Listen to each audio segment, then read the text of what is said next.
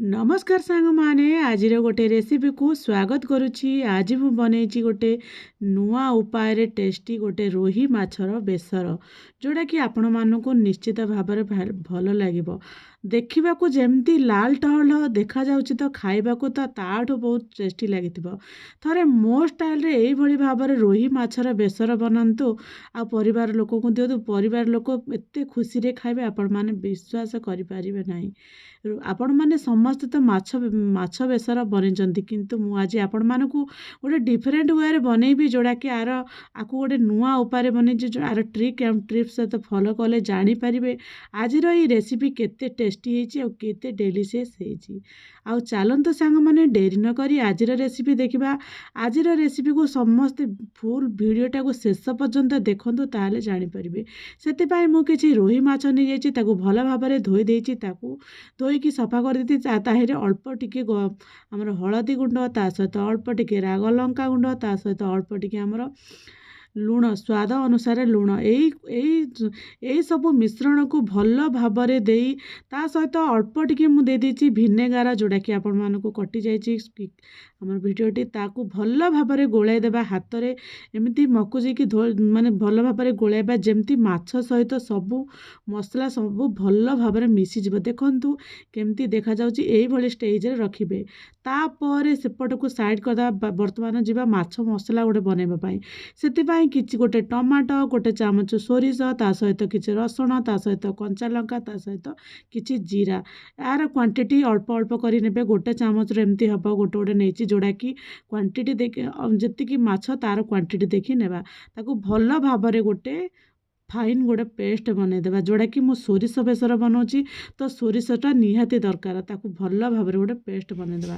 सेपटे साइड कथा वर्तमान जीवा आमर तर्क माने माछ छाणीबा पर एपटे सोरिष तेल को लो टू मीडियम जाल रे गरम कर देछि। ताकू सोरिष तेल में जब माछ छाणीबा ताहले माछटा बहुत टेस्टी लगता है।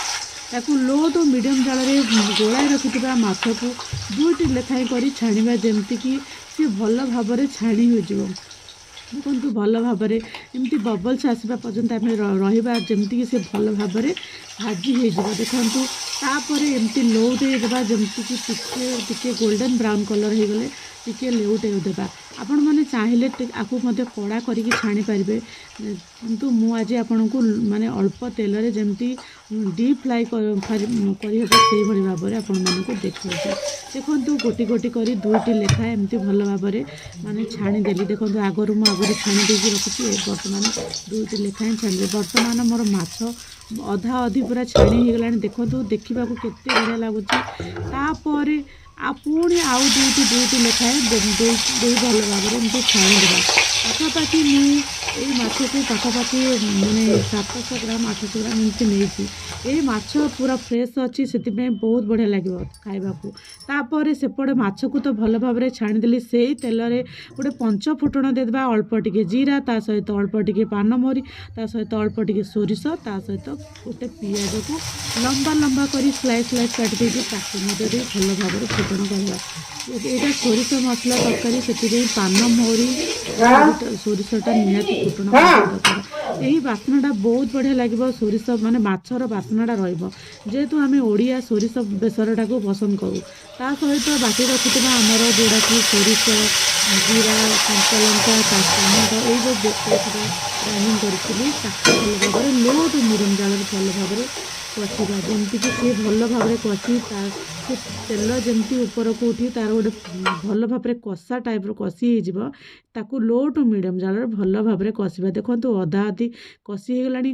तापर गोटे मसला पकईया गोटे चामच हलदी गुंड ता सहित गोटे चामच आमर राग लंका गुंड आगरू तो कंचा लंका दीटा देइथिली ताकू देखिकी आम ता सहित अल्प टिके लुण दे देछि।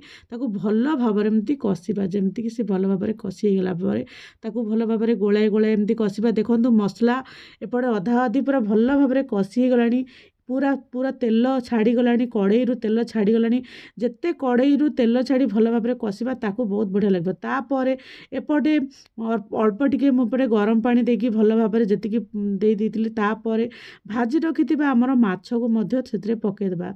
तापर देखंतु 2 खंड आमर खट्टा आंबुल मध्य पकई देछि जोडाकि आमर एटा माछ बेसर होछि तो आंबुल पड़िबा निहाती दरकार। तापर देखंतु किछि समय रही गला परे फुटिबाको देबा किछि समय फुटी गला परे ग्रेवीटा केते सुंदर मोटा हो जाइछि। ता सहित आमे जो मसला को कसिथिले तार तेल केमती देखंतु ऊपर को उठी जाइछि आउ एई मसलाटा पूरा बहलिया हो जाइछि जोडाकि जुसीटा बहुत बढ़िया बहलिया हो जाइछि।